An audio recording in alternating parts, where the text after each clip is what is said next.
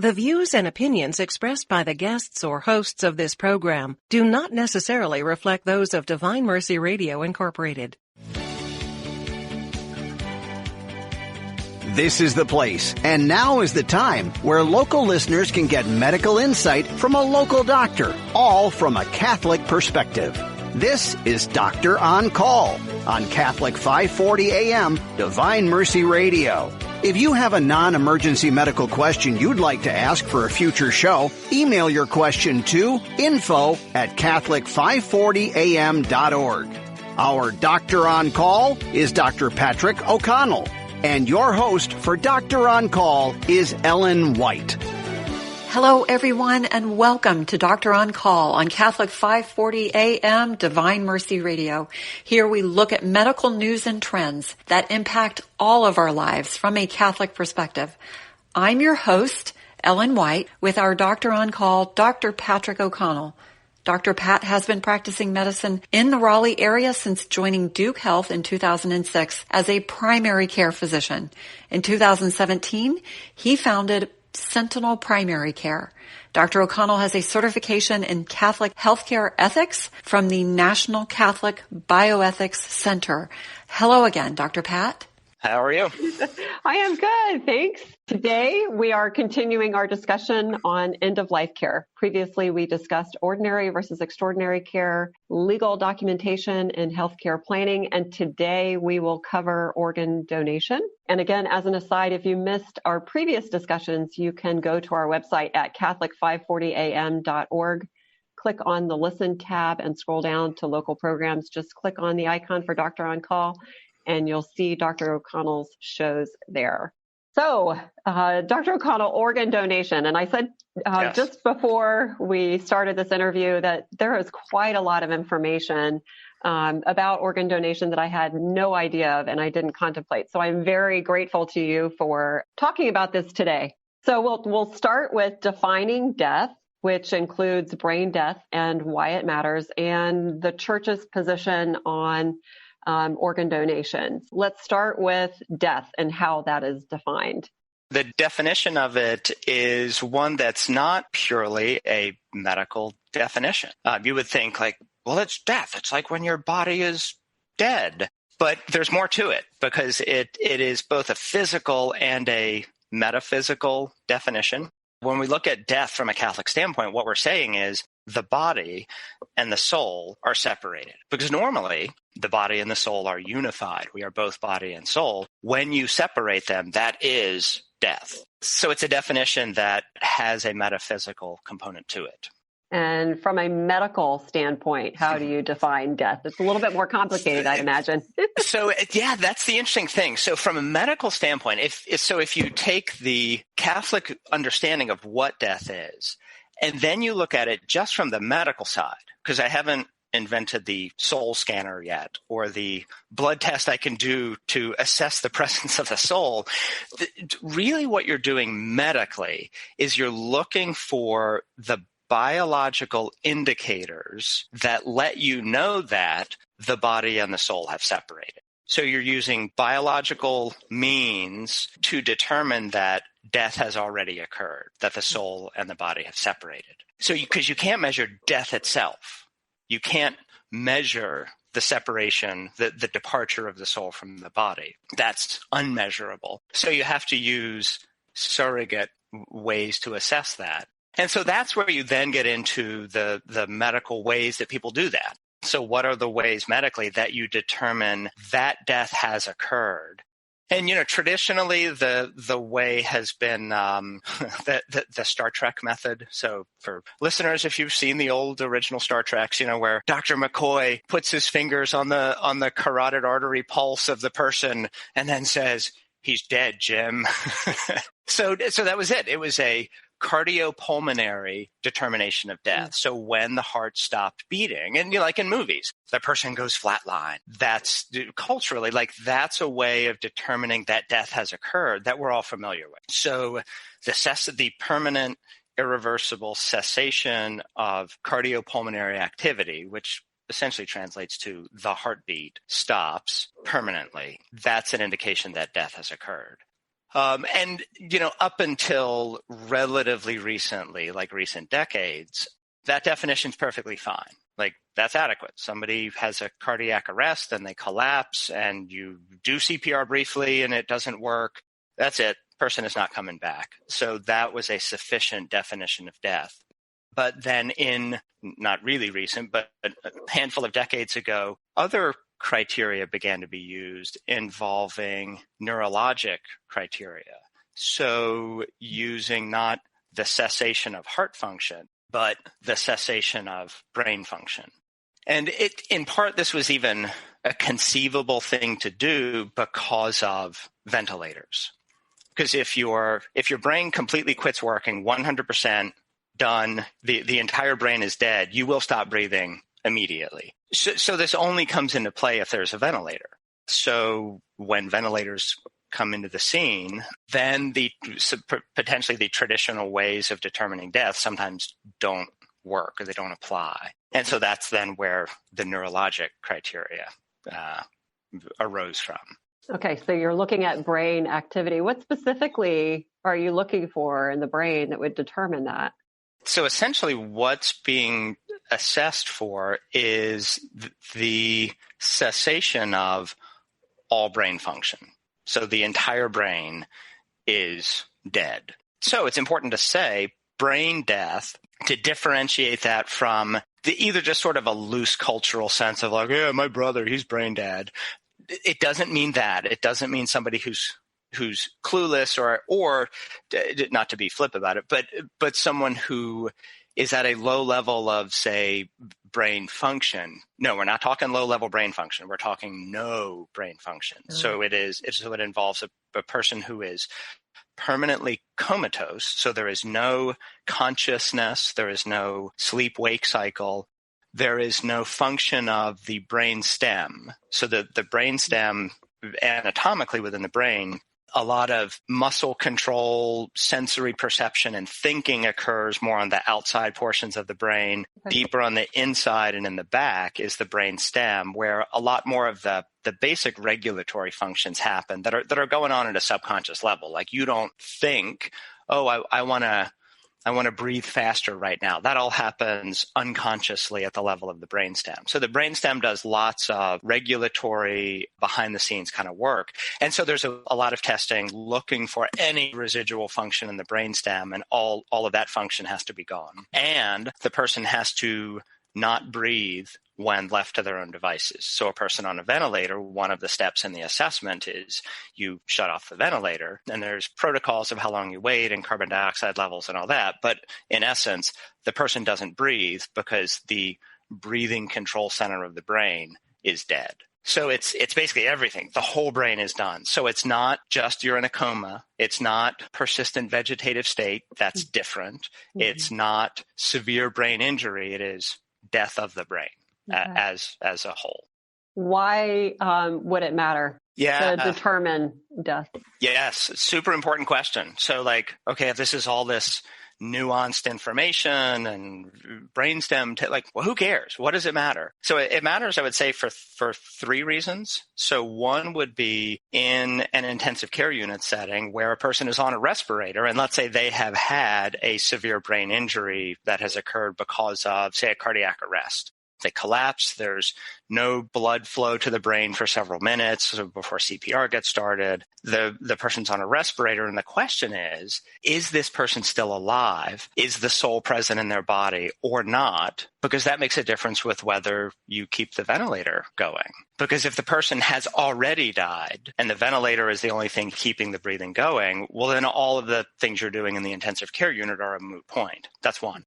Second is for donation of vital organs. If you're going to donate your heart, you don't want to die because you donated your heart. So you only want to, for the transplant team, to remove the heart from a person who has already died, whose soul and body have already separated. Mm-hmm. So you need to be able to know, has death occurred already? And then the third one would be for a person who would then be a recipient of an organ transplant. Are they receiving an organ that was taken legitimately from a person versus not legitimately taken from a person who is living and died because of the organ being taken.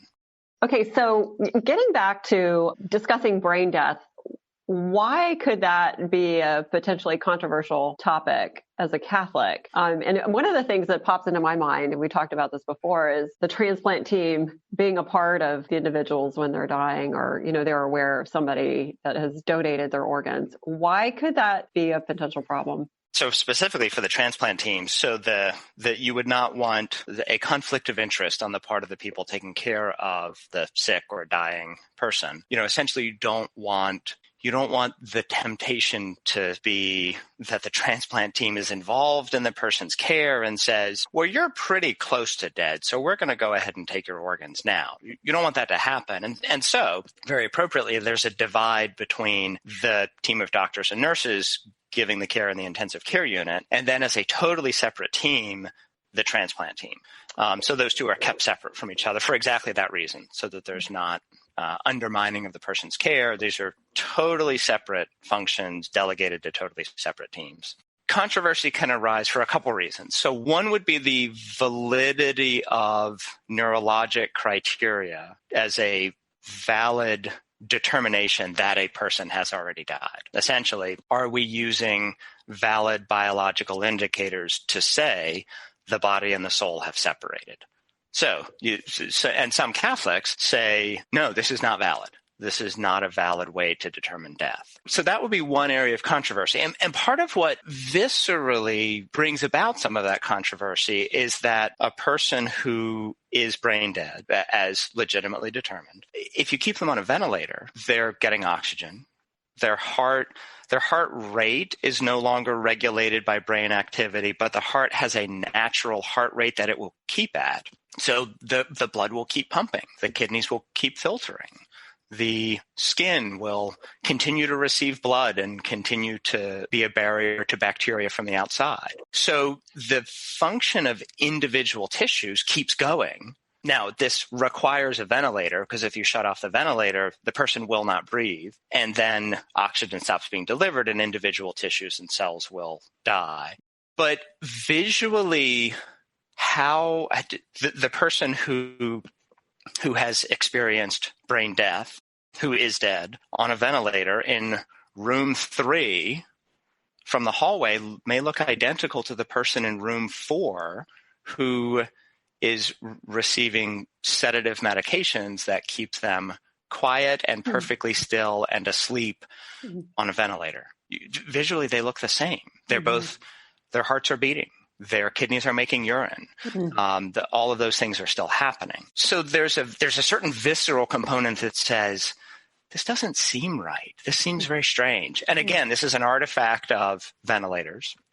And because this is very different from what it would have been a century ago, where when the person's heart has stopped beating, it's very clear they're dead. The death has occurred. So that's a part of it that creates, I think, some consternation. Another area where controversy arises is if a person accepts the validity of brain death criteria as a way of determining that death has occurred. Well, the problem is if medical teams maybe take some shortcuts and say, legitimately there is a shortage of organs for transplant, and the sooner you can harvest an organ, sorry, that's the verb that gets used, harvest. The sooner that you can harvest an organ, the better it will do for the person who receives it. So there is an incentive to act quickly and medically appropriately. Yeah. There's an incentive to act quickly, but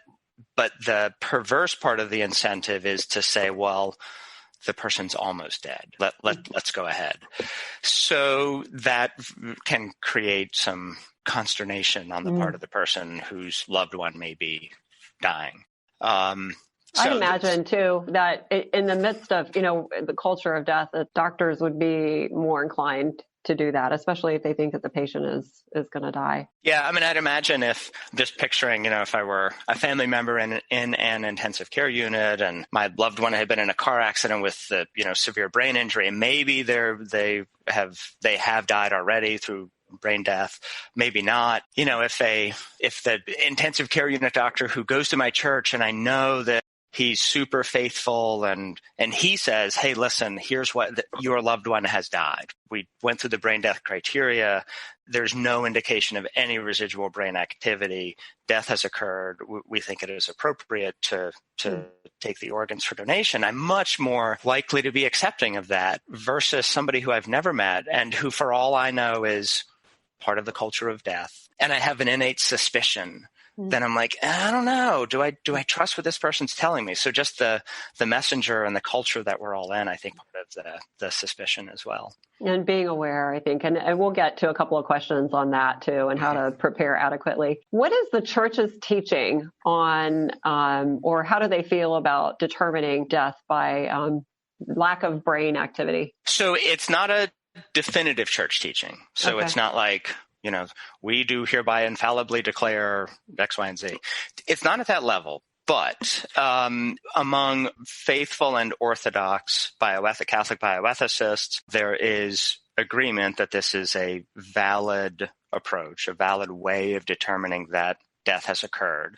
And probably the most often cited papal level comment, because this really is just a comment, was from an address that John Paul II had given back, I think, around 2000, where he said, if the criteria for determining brain death are appropriately applied, then using neurologic criteria to determine that death has occurred does not appear to violate a sound anthropology of the person. I'm paraphrasing, but something like that. So, that's not the same thing as an encyclical. It's not the same thing as a definitive statement, but there is unanimity of opinion among the faithful bioethicists, with a semi-formal affirmation from John Paul II. So it's at the level, when you look at it from kind of a moral theology standpoint, it gets designated with moral certainty, which is a term that means not that this is definitive, but it means this is adequate basis on which to make moral decisions. So what it means is a Catholic is not obligated to accept neurologic criteria as a valid way of determining death. But if a Catholic wants to use that as the basis on which to say, I'm going to donate organs or I'm going to receive donated organs, they are morally on sound footing to do so. Okay. And again, I think it's absolutely necessary that we're aware of what we would like to do and we make our desires known to family members or individuals that we have slated as our healthcare power of attorney, where we determine who would be. Okay, so healthcare power of attorney. Healthcare power of attorney. And would that be a place where we would list what our desires are for organ donation? Yeah, potentially. Okay. So, you could say in a document, I desire to be an organ donor, or you just say to the healthcare power of attorney to the person or people who you've chosen in succession, like, hey, should circumstances arise, I'm good with this. I'd be fine being an organ donor. Okay, so we've talked about when death occurs, medically speaking, and from the church's standpoint. So when the soul leaves the body and there's no brain activity. Now, let's get into, I have some questions myself about organs, and there are two different types, I guess, of organ donation. One where you're actually living and you donate a kidney or something. Yes. And then you've passed away and you made your desires known about donating organs. And, like I said before, I had no idea this could be so complicated. So say I desire to donate a kidney, what are some of the things that I should be aware of when I choose to donate a kidney to somebody? What should I pay attention to? So from that standpoint, a lot of the assessment is medical to know if you donated a kidney. Does the kidney that you keep, does it work adequately to serve your needs?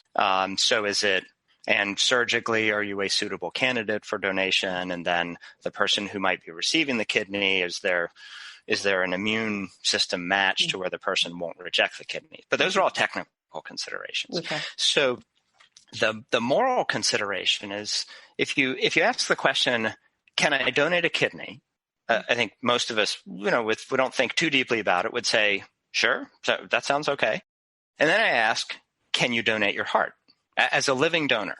And then you're like, wait, no, I can't do that. Well, why not? And what's the principle that undergirds that? And so it's actually really interesting. When transplant medicine was developing, from a Catholic bioethics standpoint, the principle that was articulated that I think works, it makes sense, is if you can donate an organ without impairing the functional integrity of yourself, then it's okay.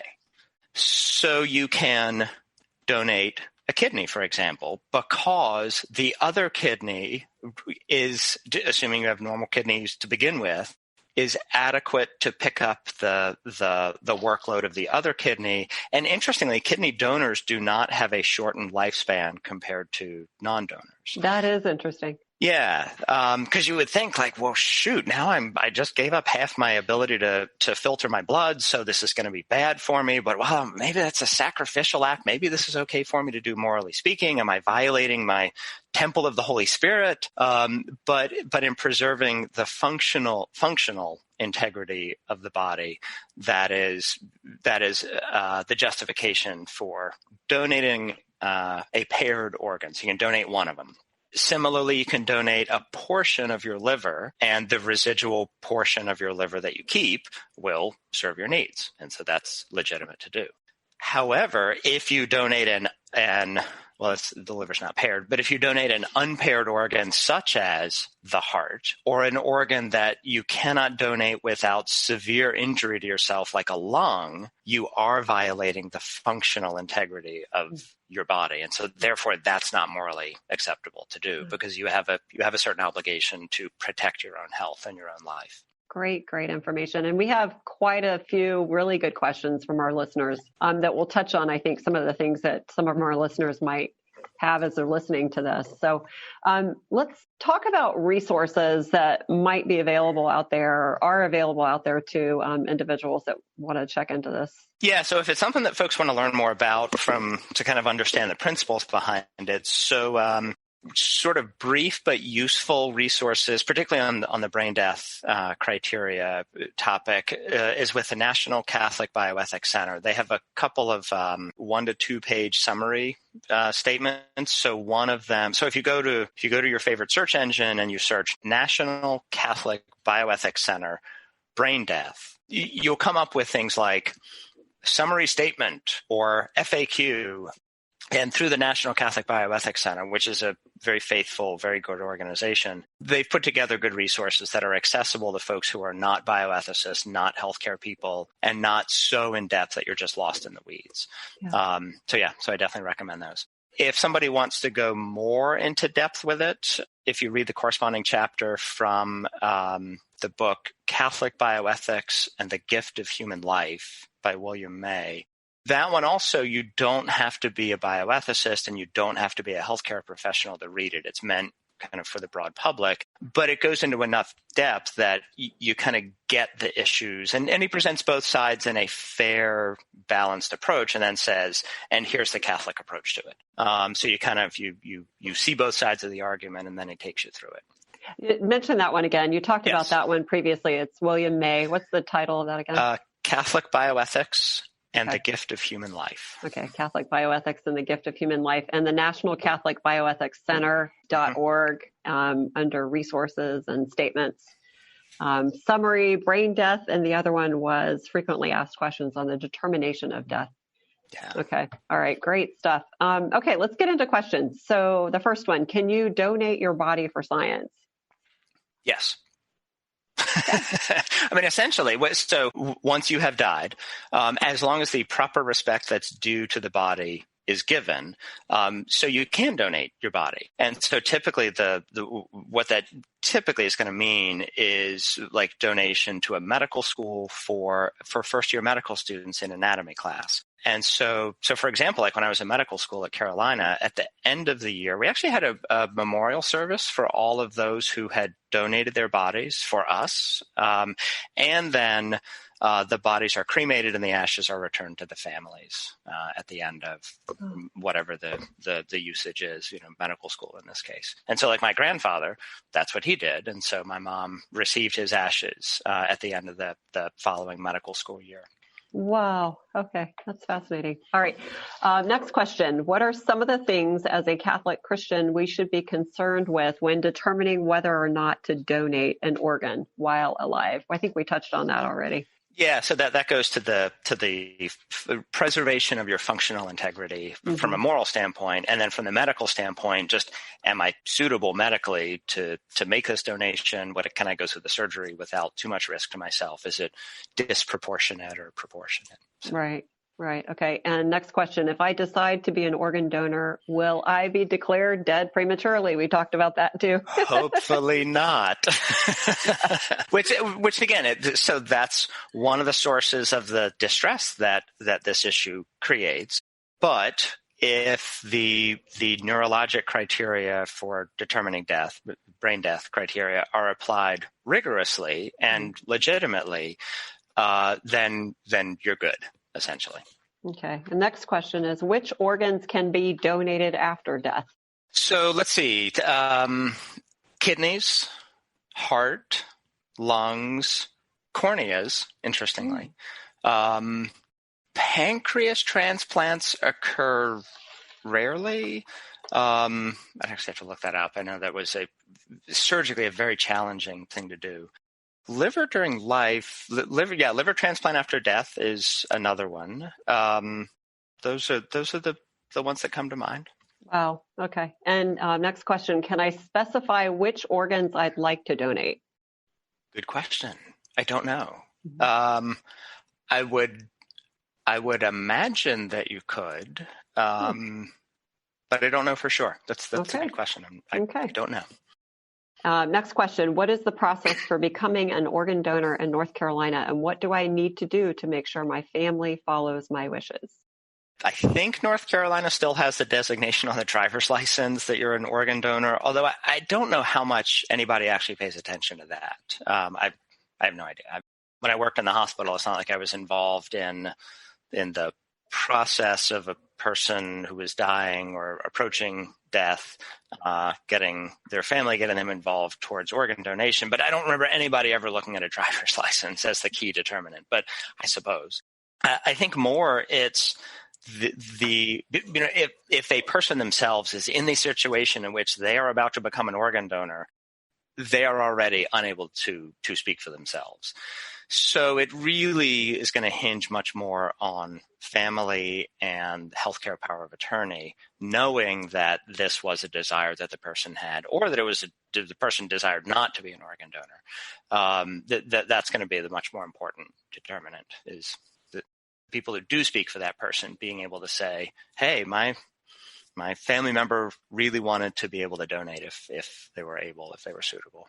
Wow. And, I keep thinking about what a charitable gift it would be, even after I've passed, to continue that on. So, and also how God is so amazing in designing our bodies and the different aspects of our organs and everything. It's quite fascinating. And what a great anatomy and physiology class you've given us today, Dr. Pat. This is awesome. All right. Any final thoughts as we wrap up here? No, I think, like we touched on, this is an area where there are differing opinions within the Catholic world. My guess is that from a moral theology standpoint, this may be an area where there is greater certainty at some point in the future, but still an area where there is some controversy and some debate, but adequate agreement among those who are faithful and serious about their faith and about bioethics, that for a person who's considering donation or considering whether they would legitimately receive, that they have adequate moral ground to stand on to say, I'm okay doing this morally. That's it for this episode of Doctor on Call on Catholic 540 AM Divine Mercy Radio. Our thanks to Dr. Pat for sharing his insights with us today. We want to remind all of our listeners that if you have a non-emergency medical question that you would like Dr. Pat to address on a future show, simply email us at info@catholic540am.org.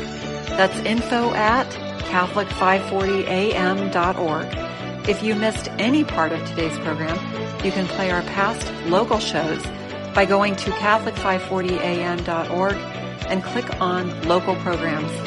The executive director of Catholic 540 AM, Divine Mercy Radio is Cecilia Flannery. Our Director of Programming is Peter K. O'Connell. Our engineer is Keith Flannery. With Dr. Patrick O'Connell, I'm Ellen White.